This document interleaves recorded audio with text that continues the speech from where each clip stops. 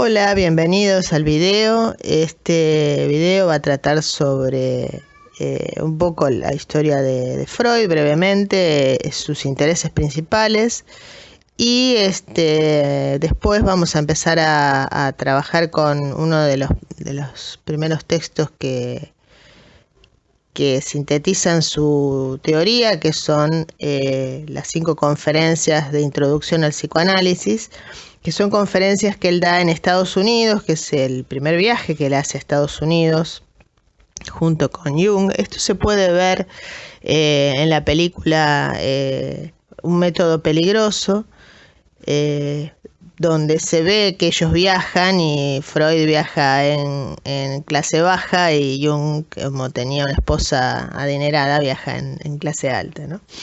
Y cuando Freud llega a Estados Unidos lo reciben con una orquesta y con un montón de gente que lo viene a ver, como si se tratara de los Rolling Stones, unas cosas así. Entonces cuando él va llegando y ve semejante recibimiento, él comenta: no saben que le traemos la peste, porque sus teorías eran muy cuestionadas y en realidad venían a romper con esta ilusión que tenemos los seres humanos de ser dueños de nosotros mismos. Él desarrolla toda una teoría que justamente explica los síntomas por tener una parte que no logramos dominar y que genera conflicto constante con ese otro impulso de tratar de domesticarla. Pero bueno, volviendo, empezando por la historia de Freud. Freud se forma como médico, se especializa en neurología. Él es austríaco, es decir, su idioma de base es el alemán, entonces él escribe en alemán y muchas de las cosas que leemos son traducciones, interpretadas o adaptadas al lenguaje español, y entonces por ahí, de acuerdo a la traducción, tenemos algunas diferencias. Por ejemplo, uno de los conceptos que vamos a ver que tienen esa doble traducción es la palabra pulsión, porque en algunas traducciones se traduce como instinto y en otras como pulsión. Entonces, bueno, hay esa limitación con respecto al idioma y a veces hay algunas variaciones. La formación de Freud, como les decía, es en neurología. Él se especializa en neurología, tiene algunos escritos de neurología, pero cuando trata a los pacientes se va empezando a encontrar con algunas contradicciones entre las respuestas psicológicas que deberían, neurológicas que debería tener y cómo realmente funciona el órgano. Es decir, se encuentra con, por ejemplo, brazos que están paralizados del hombro en adelante, pero resulta que la inervación implica otros músculos que están conectados con el brazo, es decir, los músculos están anclados en otras partes que no estaban comprometidas en su movimiento o en su sensibilidad. Entonces, este tipo de situaciones, estas contradicciones, lo llevan a pensar a Freud que quizás había otro motivo que causaba la parálisis, que escapaba a la neurología en sí, y entonces se empieza a interesar por problemas de carácter psicológico. Trabaja con el neurólogo francés Charcot en su clínica, está bastante tiempo ahí, empieza a trabajar, que es la terapia que utilizaba él, que es la de la hipnosis. Esto se puede ver en los que vieron la serie de Freud en Netflix. Se ve mucho esto de la hipnosis y se ve la dificultad que él tenía para ser hipnosis en sus pacientes. A ver, ¿cuál era la tesis de esa metodología? Que había una situación traumática olvidada por el paciente. En general, la mayoría eran mujeres, ¿no? Eran pacientes.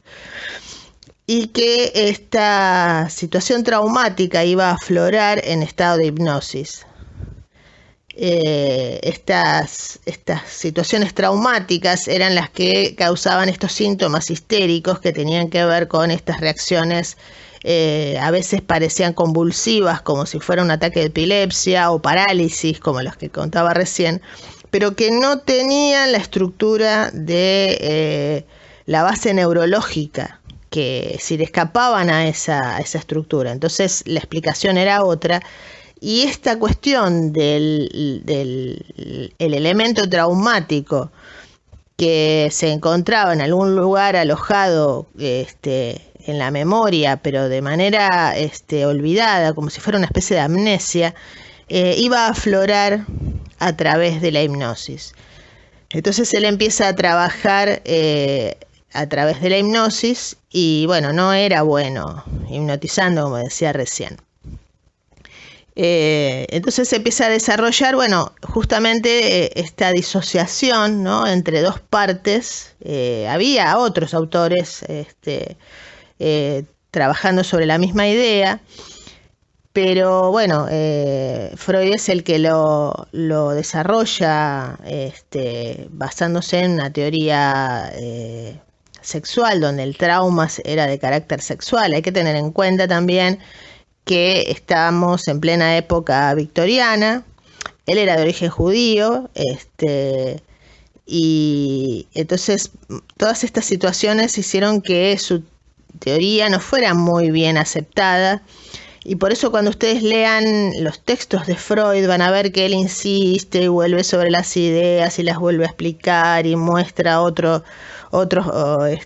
prueba, y parece que va y viene. No es una lectura fluida que va expresando todo lo que encontró, bueno, esta es la prueba, después pasó esto y lo otro, sino que va y viene, porque está tratando constantemente de probar la veracidad o cuáles son las bases en las cuales él se apoya para poder concluir lo que concluye.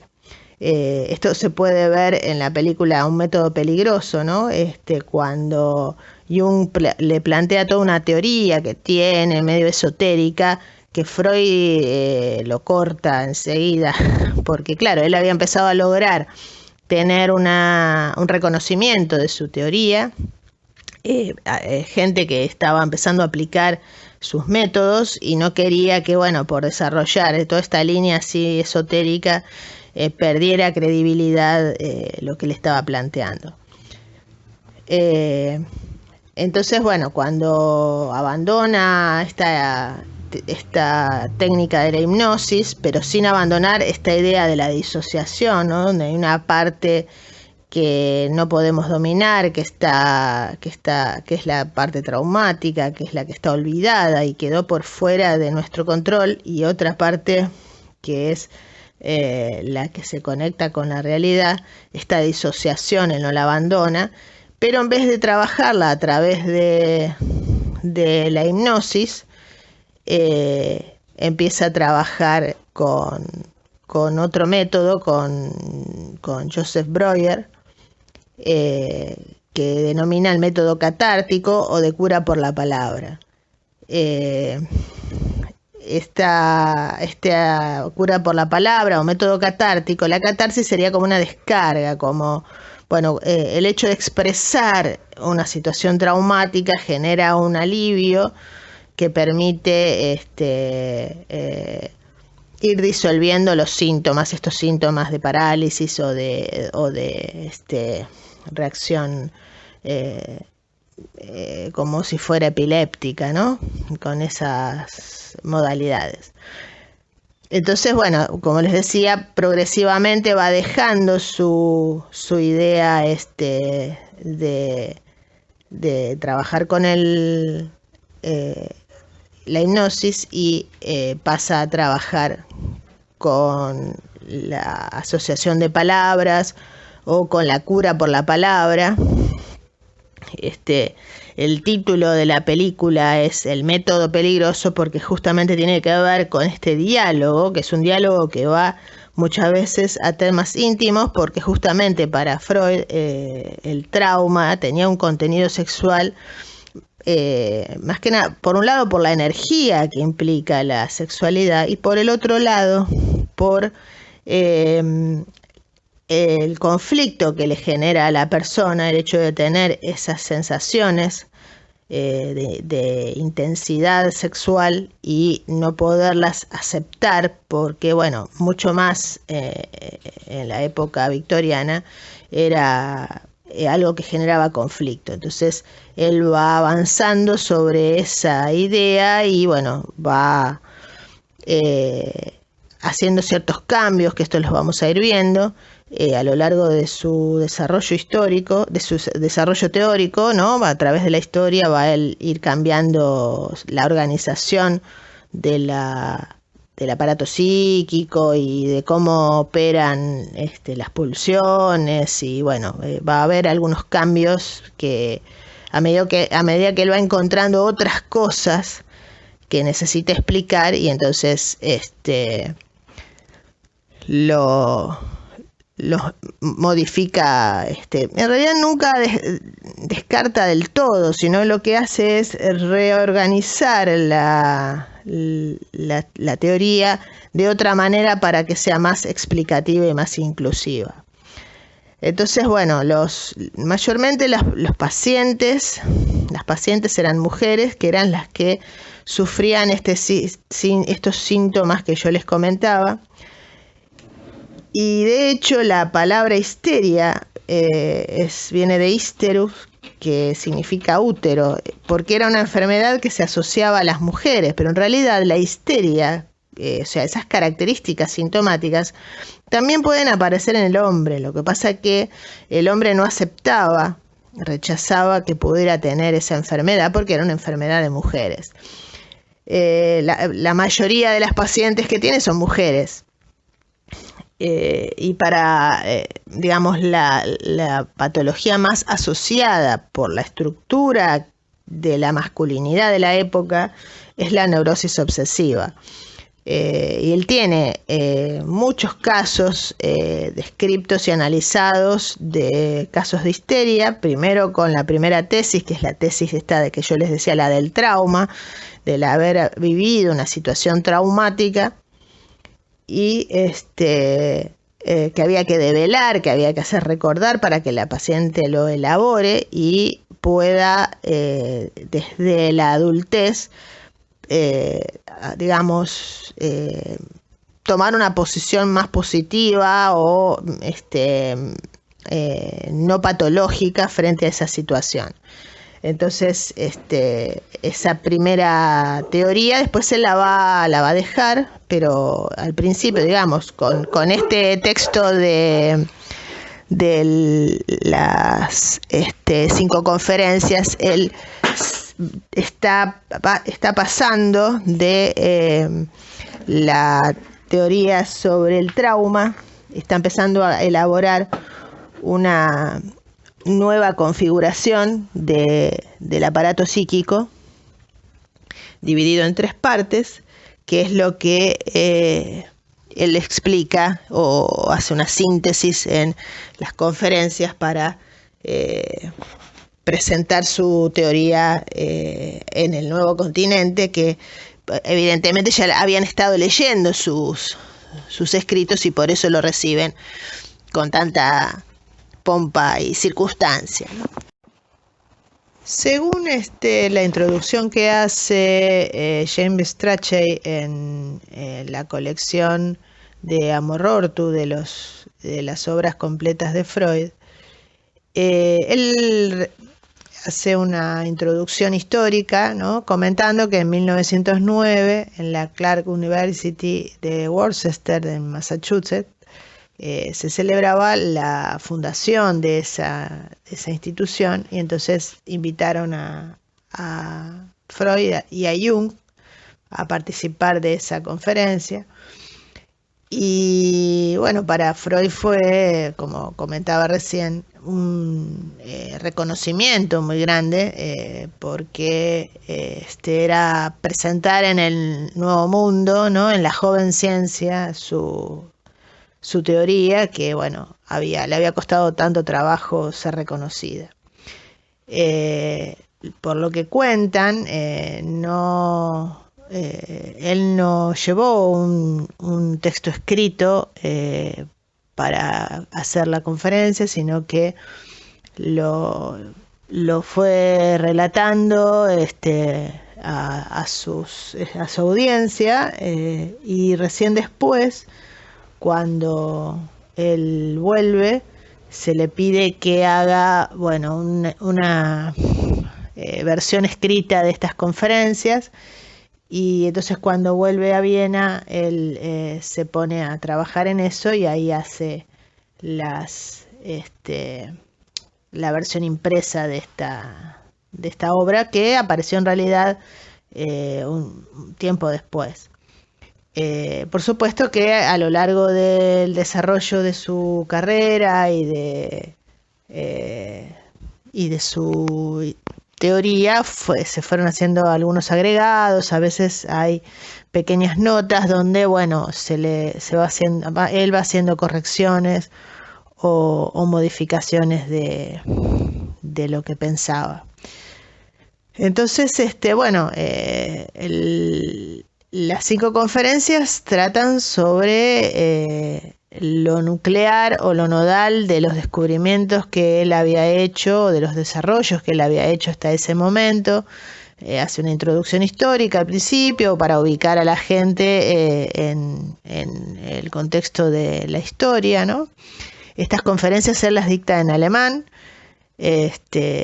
pero luego, bueno, cuando hace la versión escrita, hay varios traductores que lo traducen a distintos idiomas.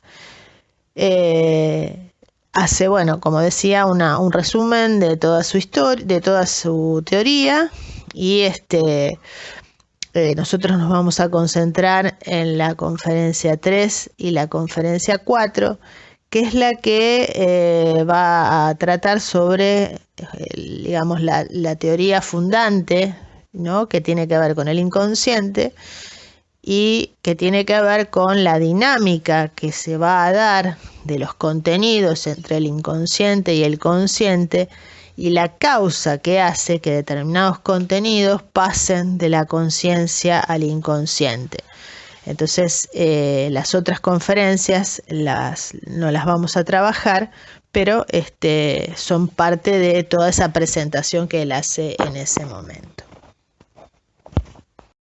La conferencia 3 trabaja sobre lo que se va a denominar la primera tópica, es decir, Freud tiene 2 teorías acerca de la composición o la estructura del aparato psíquico. Una que es la división en consciente, preconsciente e inconsciente, que es una estructura que después va a cambiar.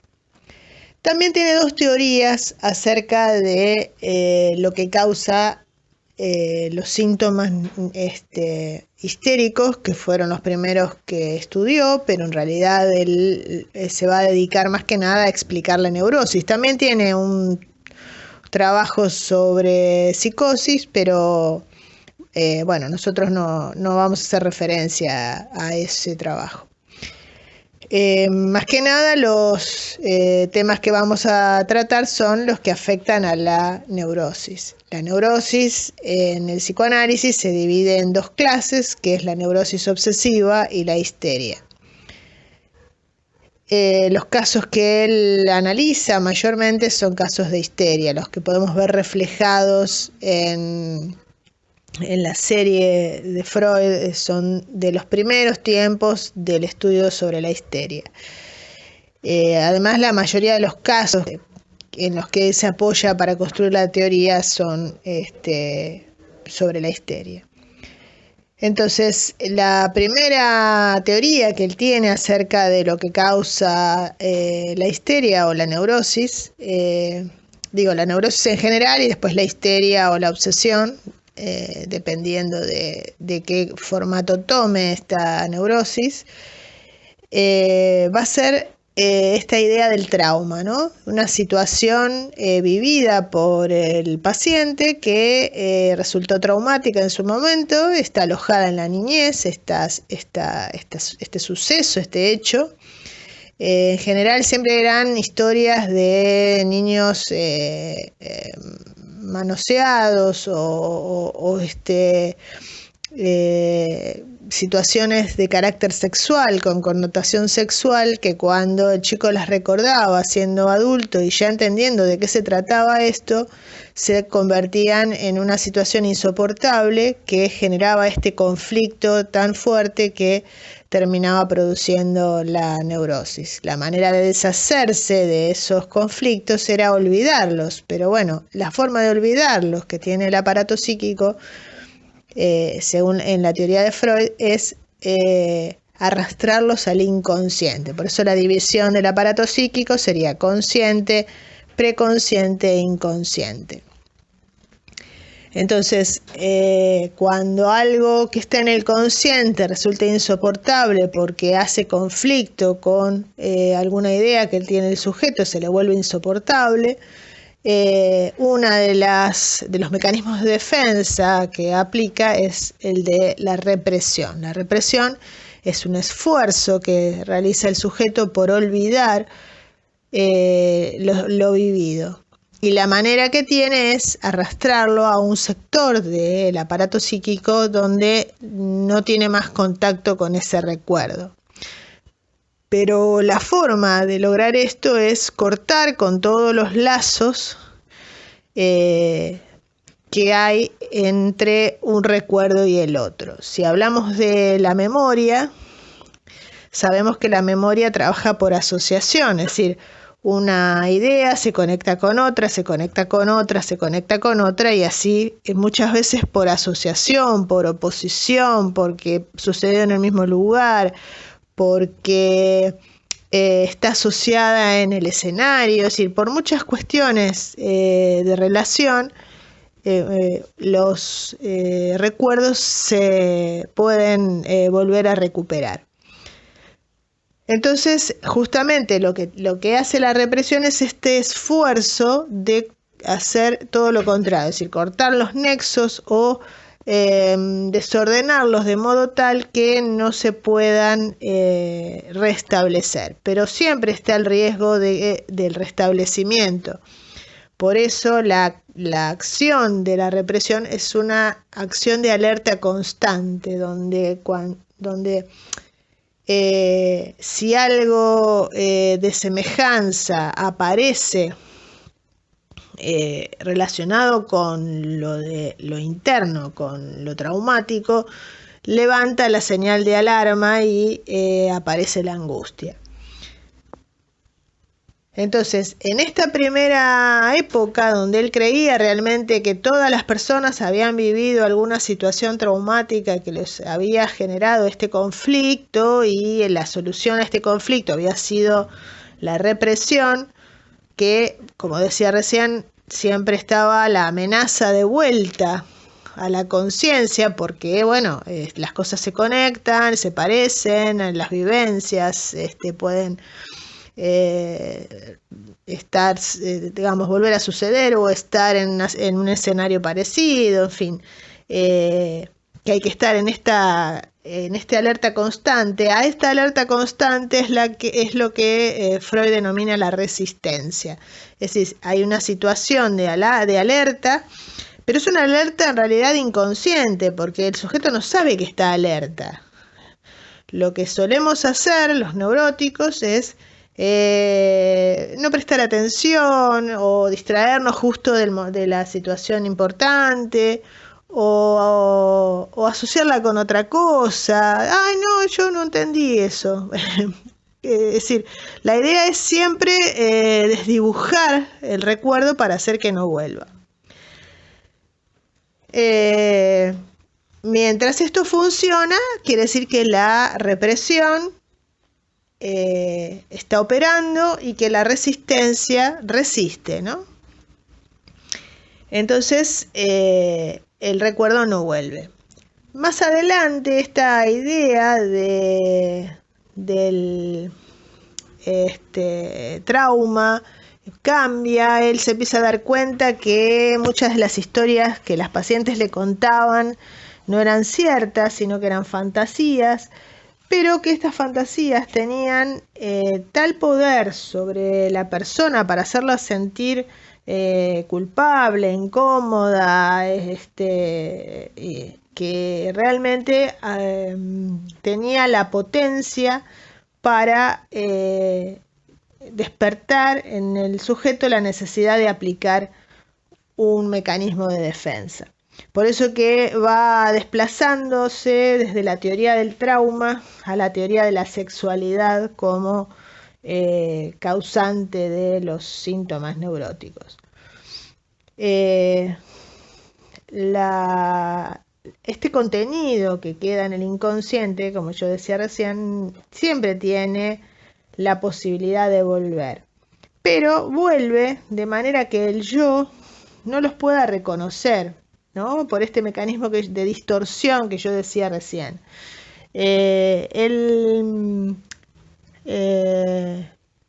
Digamos, el ejemplo ideal son los sueños. Los sueños son representaciones de la vida interior donde la persona ha relajado su resistencia y su represión por estar durmiendo, es decir, alerta que tenemos en el estado de vigilia se relaja y entonces muchos de los deseos que están reprimidos tienen más posibilidades de volver, pero la alerta no está del todo desaparecida, siempre hay un resto.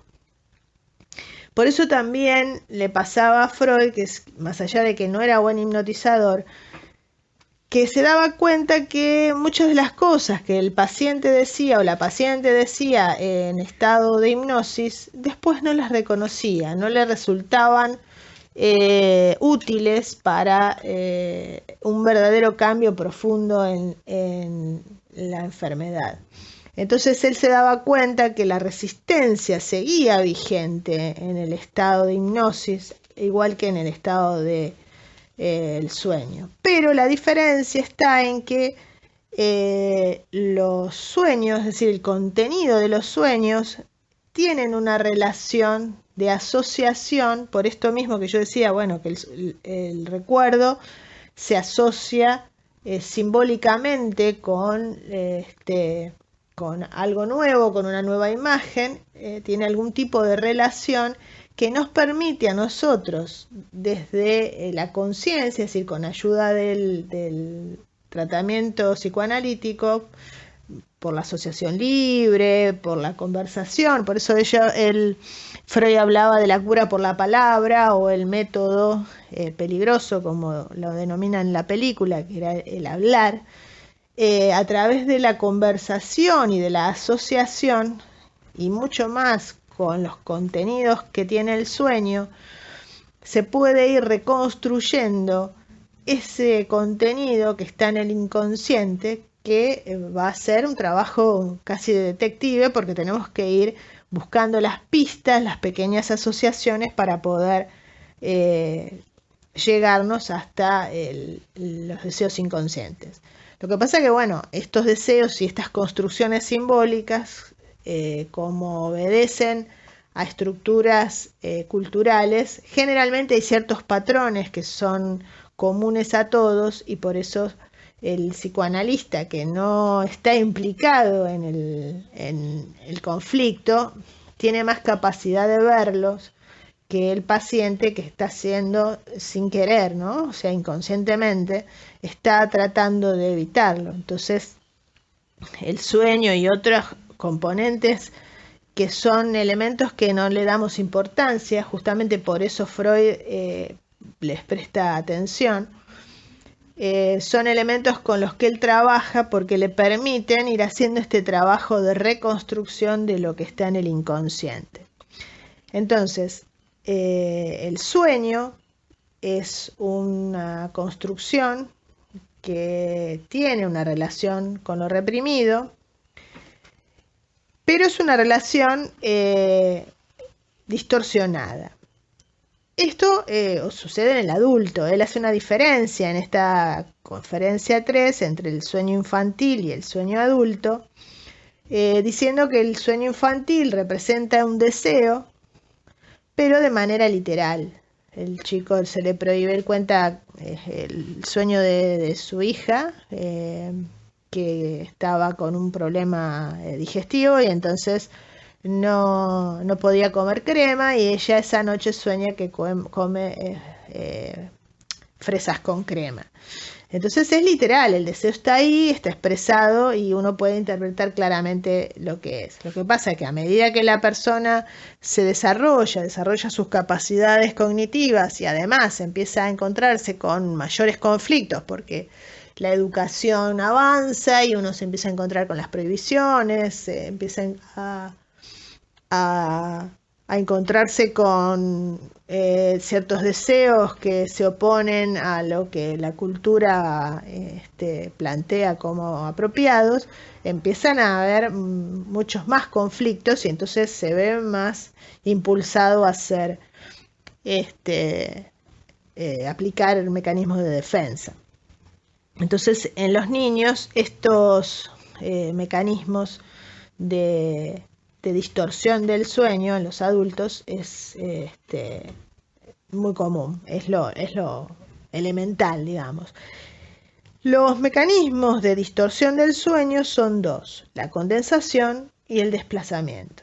La condensación lo que hace es, a través de una sola imagen o de una sola historia, representar muchos deseos inconscientes. Uno empieza a hablar y asocia otras cosas, ¿no? Y todo eso que uno estuvo hablando en relación quizás a una parte del sueño, todo eso estaba representado en esa imagen. Por eso se habla de condensación, ¿no? Vieron que la condensación es muchas moléculas en un pequeño espacio. Entonces esto sería lo mismo, ¿no? En una pequeña imagen o un pequeño símbolo que aparece en el sueño aparecen representadas muchas cosas que están relacionadas simbólicamente con esa imagen. Y el desplazamiento sería el pasaje del objeto original, el que está reprimido, el que no queremos saber nada, el que no podemos ver, el que no queremos recordar, a el objeto representado. En este caso, o sea, la condensación no se puede dar sin desplazamiento, porque lo que hacemos es que, yo dije, todo un montón de elementos son representados, muchos deseos son representados a través de una sola imagen o una sola escena en el sueño. Bueno, este corrimiento de esa escena original o de todos esos deseos originales a esa escena en el sueño es el desplazamiento. Y son dos mecanismos de distorsión que ayudan a la represión, estarían al servicio del mecanismo de defensa, ayudan al mecanismo de defensa de la represión. Entonces van a operar en un montón de otros productos que Freud analiza o desarrolla en un libro, porque es prácticamente un libro, que se llama Psicopatología de la vida cotidiana. Entonces ahí justamente de lo que habla es de las situaciones más comunes que tienen los neuróticos en su vida. Entonces, por ejemplo, el chiste, ¿no? Es una manera de representar simbólica y de decir algo que inconscientemente uno no quiere admitir. Pero en el chiste, como tiene esta cosa de, bueno, no tiene importancia, no tiene validez, entonces se puede decir. A veces uno ni se da cuenta lo que en realidad está diciendo, porque uno está concentrado en el chiste y en el efecto del chiste y no está prestando atención a lo que verdaderamente se está diciendo en ese chiste. Bueno, ahí está el chiste, ahí está el truco de la posibilidad de representar deseos a través del chiste. Otra forma son los actos fallidos, ¿no? Decir una cosa en lugar de otra. Él hace dos, como dentro de los actos fallidos habría dos clases. Unos que son que se dan en el lenguaje, que son los lapsus linguae, Es decir un nombre en lugar de otro, o equivocarse de palabra, ¿no? En vez de decir no quiero, decir quiero, en vez de decir te amo, decir te odio. Es un problema eso. Y uno lo dice sin querer, si uno realmente quiere decir lo otro, pero le salió eso. Bueno, eso es un lapsus linguae. Y el acto fallido son acciones, ¿no? Olvidarse algo que había que llevar importante, que era importante, pero bueno, por algo se olvida.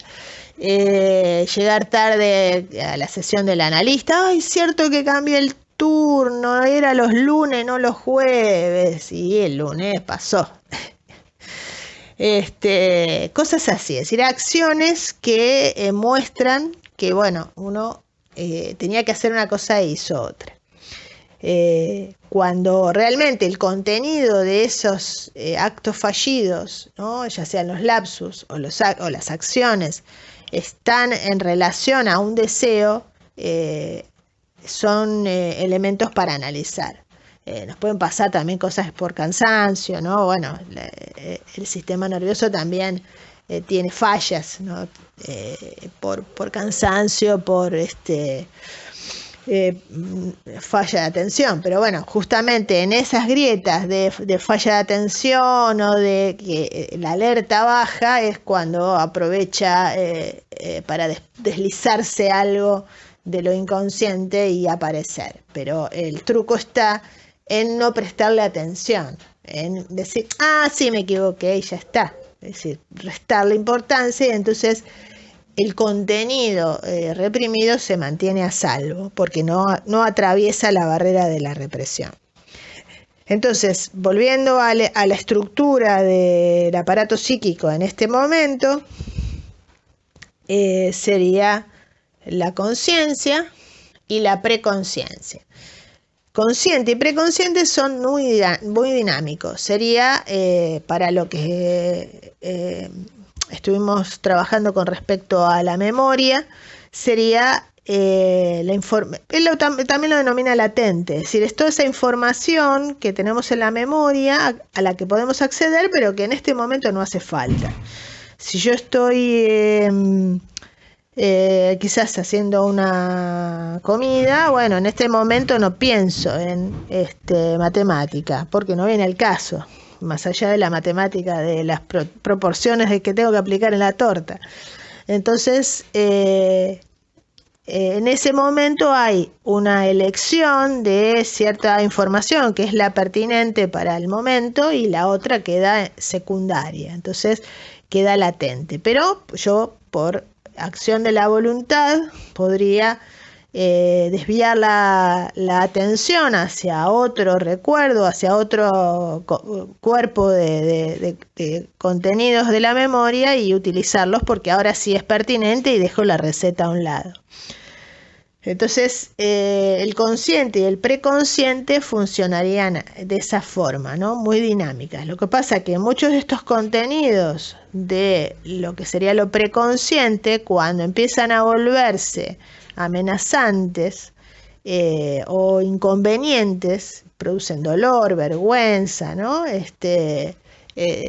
Se terminan reprimiendo y entonces van a quedar detrás o detenidos por la barrera de la represión.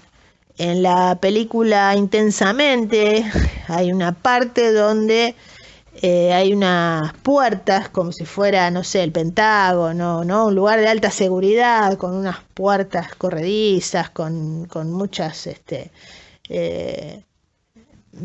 medidas de seguridad, donde hay un recuerdo ahí que está muy custodiado. Bueno, eso serían los contenidos de la represión. Y el trabajo del psicoanálisis justamente consiste en ir trabajando o ir caminando por los contenidos latentes para tratar de, por asociación o porque el psicoanalista, al no estar implicado, puede escuchar cosas que el paciente dice que el paciente no le da importancia, pero el psicoanalista sí puede darle importancia y destacarlo, preguntar por eso, repetir la palabra, a ver cómo lo toma el paciente y cómo puede trabajar con eso, porque ya deja de estar inconsciente y pasa a ser consciente. A veces la resistencia se hace más fuerte y hay una reacción de angustia o de rechazo que lo que hace es mantener las cosas como están. Entonces, en la conferencia 3, él trabaja con esta estructura del aparato psíquico, teniendo como motor la sexualidad, como motor en el sentido de génesis de conflicto, ¿no? Y después la conferencia 4 es donde va a hablar sobre la sexualidad infantil y va a plantear toda su teoría acerca de la sexualidad infantil y cómo la sexualidad infantil es la generadora de todos estos conflictos neuróticos. Es una continuación de lo que venía trabajando respecto del aparato psíquico y de lo que causa los síntomas de la neurosis. Y se va a concentrar en la sexualidad infantil. Entonces, a diferencia de, como decía yo recién, la primera teoría que él tiene, que es sobre este adulto seductor que tuvo una actitud sexual hacia el niño y esto generó después traumas, va a decir que el niño tiene deseos sexuales, que tiene impulsos sexuales desde el nacimiento, porque es parte del organismo, esta tensión que se origina más que nada en las zonas erógenas, pero bueno, puede ser cualquier parte del cuerpo que sea capaz de generar excitación o tensión, es capaz de convertirse en una pulsión. La pulsión, esto lo vamos a trabajar aparte en otro video distinto, porque tiene un montón de elementos, pero bueno, para esta situación, digamos, para lo que plantea en la conferencia 4, él desarrolla todo ahí. Pero bueno, para no cargar tanto de contenido, simplemente vamos a decir que en la infancia hay un yo débil, porque el niño es pequeño, porque no tiene todavía recursos cognitivos como para generar estrategias para manejar estos impulsos. Entonces ese yo débil frente a la cantidad de impulsos que se le pueden aparecer son como una fuente muy importante de conflicto, que sería el origen de los traumas psíquicos a través de las fantasías, ¿no? Sería la fuente de los síntomas neuróticos de la adultez. Cuando el niño es pequeño, tiene pulsiones parciales, es decir, cada zona erógena tiene una fuente de excitación y tiene una descarga propia, es decir, una función propia de generar placer, que es lo único que, bueno, cambia la estructura de alguna manera y genera una sensación de paz o de saciedad que lo deja tranquilo un tiempo. Entonces cada zona funcionarían de manera separada. Pero después, ¿no?, él va a plantear una serie de zonas erógenas que son las que están más vigentes en una determinada etapa evolutiva, que no tiene que ver tanto con, no son etapas evolutivas en sí, sino que son zonas que, por lo que le está sucediendo al niño en ese momento, son las que más preponderancia tienen. Entonces cuando nace es la zona oral, después cuando llega el momento del control de esfínteres es la zona genital y anal, y después cuando ya pasó este momento que ya se logra el control de esfínteres, empieza el descubrimiento de los genitales, que son diferentes en el varón y en la mujer, y entonces esto lo lleva al niño a a prestar atención a los genitales, a percibir más la sensibilidad que estos les producen, el placer de la excitación de estas zonas, ¿no? Entonces, las zonas erógenas, cuando llega a esta etapa, que se llama etapa fálica, se ponen todas al servicio de el deseo sexual genital, pero recién en ese momento, es decir, cuando termina todo el proceso de la etapa fálica, porque en la etapa fálica aparece un complejo muy famoso, que es el complejo de Edipo, que tiene que ver con los objetos cercanos que tiene el niño, en los cuales va a depositar mucha de esta energía sexual, porque son los objetos conocidos, hay alguien que lo baña, hay alguien que lo acuna, hay alguien que le da de comer, que lo abriga, que lo abraza, todas esas son situaciones de placer. Lo que pasa es que las situaciones de placer no se puede distinguir en esa etapa entre las eróticas y las no eróticas. Si generas excitación sexual, los adultos hemos creado mecanismos de defensa para hacer la diferenciación, y entonces nos sentimos excitación sexual cuando nos abraza un hermano o una hermana, porque ya aprendimos a trabajar con eso y desplazamos esa energía a otro lado, pero el niño no puede. Entonces, muchas veces esos contenidos que son vividos con culpa, con vergüenza, con asco,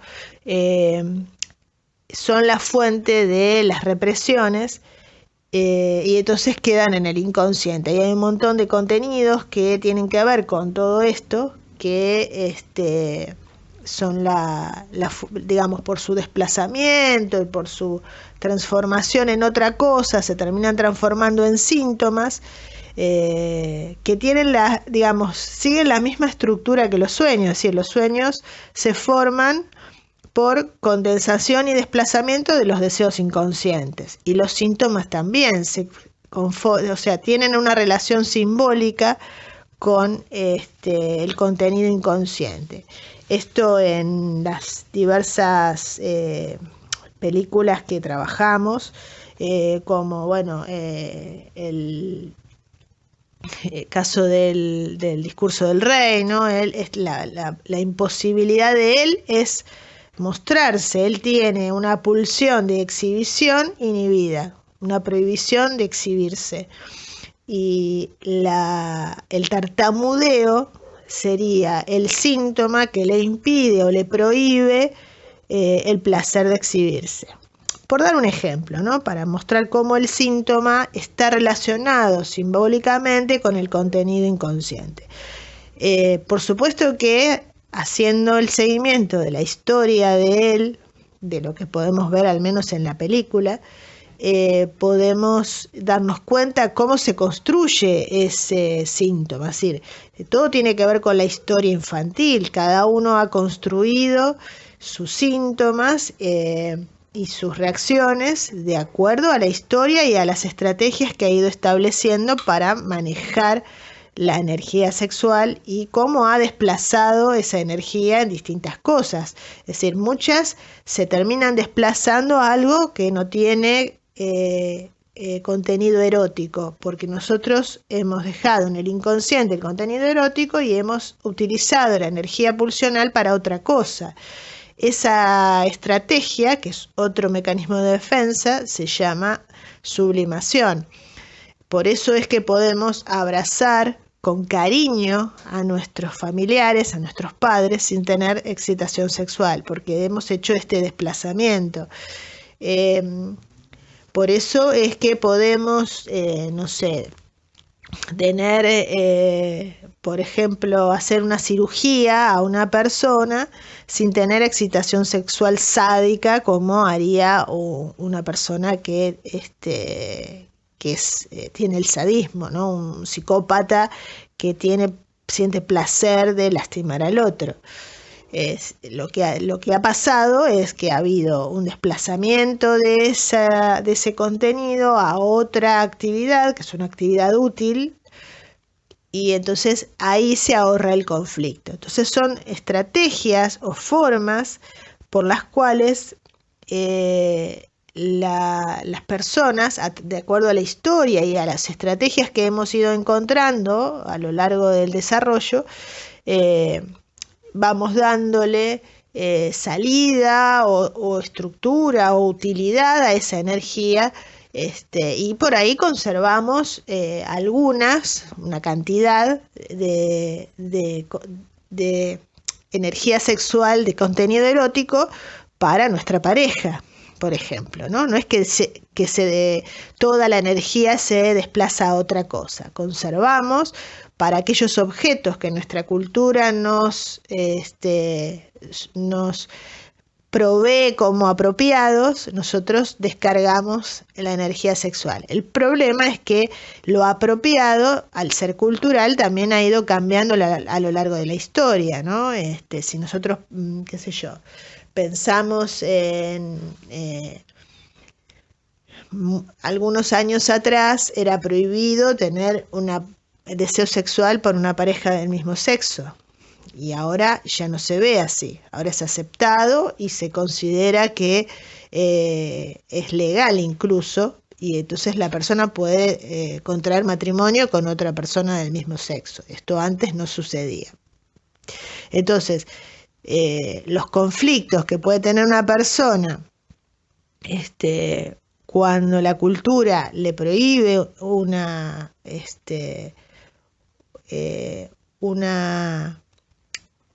salida a la sexualidad, lo obliga a establecer mecanismos de defensa para reprimirlo. Lo que pasa es que no siempre se puede. Entonces, aquella persona que acepta que tiene deseos hacia una persona que su cultura lo considera inadecuada, y a veces lo hace a escondidas.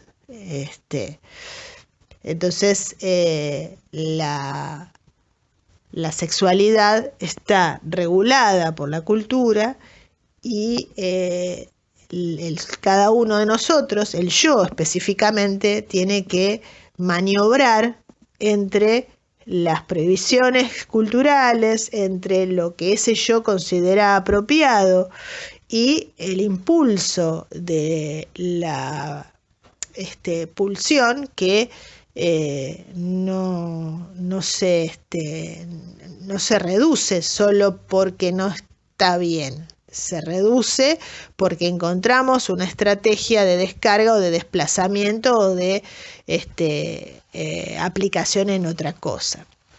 Entonces, todas estas situaciones, ¿no?, donde hay tantos frentes en contradicción, como se darán cuenta, son un caldo de cultivo para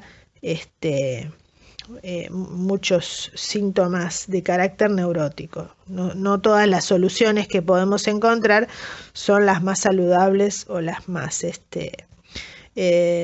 apropiadas para nosotros, ¿no? Quizás, y sobre todo porque las aplicamos en una etapa de la vida en que todavía no tenemos muchos recursos, pero como eso queda en el inconsciente, las seguimos aplicando de manera automática porque ya aprendimos a tomar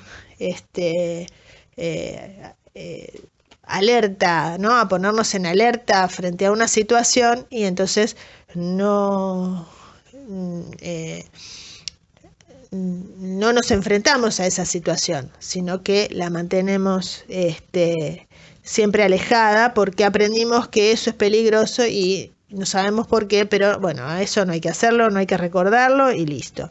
Entonces, parte de la terapia tiene que ver con la aplicación de nuevas estrategias más saludables para resolver algo que quizás ahora de adulto ya no sea conflictivo. Sí lo fue en ese momento, pero no ahora. Bueno, después parte de la conferencia 4 está habla de la pulsión, de las distintas pulsiones, habla de la sexualidad infantil, plantea al niño como perverso polimorfo debido a esto que yo decía recién, ¿no? Que tiene muchas, todas, es decir, tiene todas las perversiones posibles en el sentido de que tiene todos los impulsos sexuales porque el organismo los tiene. Lo que pasa es que no ha creado todavía las estrategias de desplazamiento. A esto se refiere con perverso polimorfo, es decir, tiene el sadismo, tiene el voyerismo, tiene el exhibicionismo, tiene el deseo de apoderarse de lo del otro, es decir, tiene todas las pulsiones. Lo que no tiene todavía son los diques que permiten contener o derivar esa energía hacia otro lado.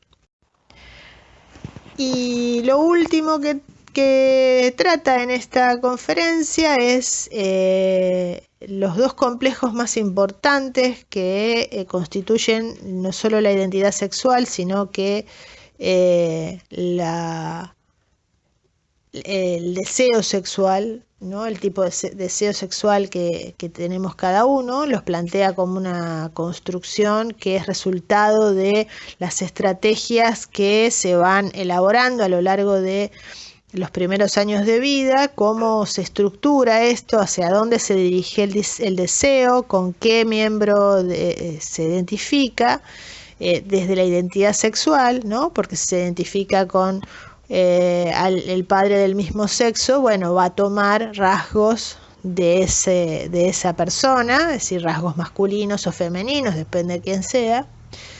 Y si se identifica en lo que hace la identidad sexual, porque uno puede identificarse por la profesión y no, entonces no es la identidad sexual sino profesional la que se pone en juego. Si se identifica con el padre del sexo opuesto en lo que hace a la identidad sexual, entonces va a tomar rasgos de ese otro sexo. Entonces la identidad sexual es una construcción, es decir, la heterosexualidad y la homosexualidad se construyen de la misma forma y uno se siente hombre o mujer en función de esa construcción. Por supuesto que los parámetros van a ser culturales y la forma de ser hombre, mujer o qué sé yo va a variar de acuerdo a la cultura, a la época y a todos esos factores. Y el deseo sexual pasa lo mismo, es decir, si lo que me atrae es alguien del mismo sexo, eso se resuelve de acuerdo a cómo termina aplicando las estrategias de orientación o de canalización del deseo sexual en esta etapa. Por eso que es un complejo muy importante y por eso es que en todo tratamiento psicoanalítico la infancia siempre aparece, porque es donde se han formado o se han establecido estas estructuras básicas y que por el hecho de estar reprimidas las seguimos repitiendo porque tenemos esta actitud de alerta, ¿no? de angustia frente a la situación cuando aparecen. Y con el tiempo ya uno no sabe por qué son, ya olvidó. De hecho, la represión consiste en olvidar el suceso o el contenido y seguir repitiendo la actitud de alerta. Entonces, por eso el tratamiento psicoanalítico recupera muchas de las historias de la niñez, para ver con qué estrategia o cómo se elaboró esa energía, o se canalizó o se puso como algo prohibido, ¿no? ¿Cómo resolvió eso para ver cómo lo trabaja y lo reelabora para tener otra construcción más saludable para la persona? Retomando el ejemplo del discurso del rey, la primera actitud que tiene el rey cuando Lionel le pregunta por la infancia, por cuándo empezó, la actitud de él es de rechazo total, no quiere saber nada de eso, porque en el fondo hay una inquietud, porque justamente es ahí donde se constituyó el síntoma, por algo traumático que tiene que ver con, bueno, cómo se dio la dinámica de esa situación. Entonces él por eso no quiere conectarse con eso, porque hay riesgo de que aparezca el hecho traumático. Entonces yo no vengo acá a hablar de esto, vengo para que me cure de la tartamudez. Esa actitud de rechazo es una actitud de resistencia para no tomar contacto con esto que es amenazante.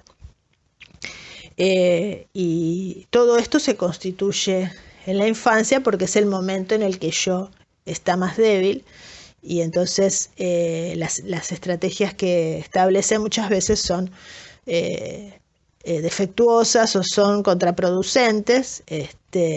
No siempre se pueden construir sublimaciones, que por ahí es la salida más elegante y más saludable para el individuo, porque le permite una salida de la energía pulsional hacia objetos o situaciones de la vida que son aceptadas socialmente, son aceptadas por el yo. Entonces uno puede cortar una persona y sentirse bien porque la curó, porque le salvó la vida, qué sé yo, y no se siente un sádico torturador, no le da culpa. Ojo, a ver, al psicópata no le da culpa, le da placer. Pero bueno, el neurótico, Freud dice que la neurosis es el revés de la perversión, porque aquello que la perversión goza y disfruta es lo que la neurosis no soporta y manda al inconsciente, está escondido.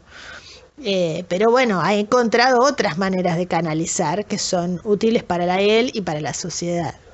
Entonces la matriz de todo eso se da en esos primeros años y fundamentalmente en los vínculos primarios que son los que se tratan en el complejo de Edipo. Pero bueno, esto lo vamos a continuar después en otro video.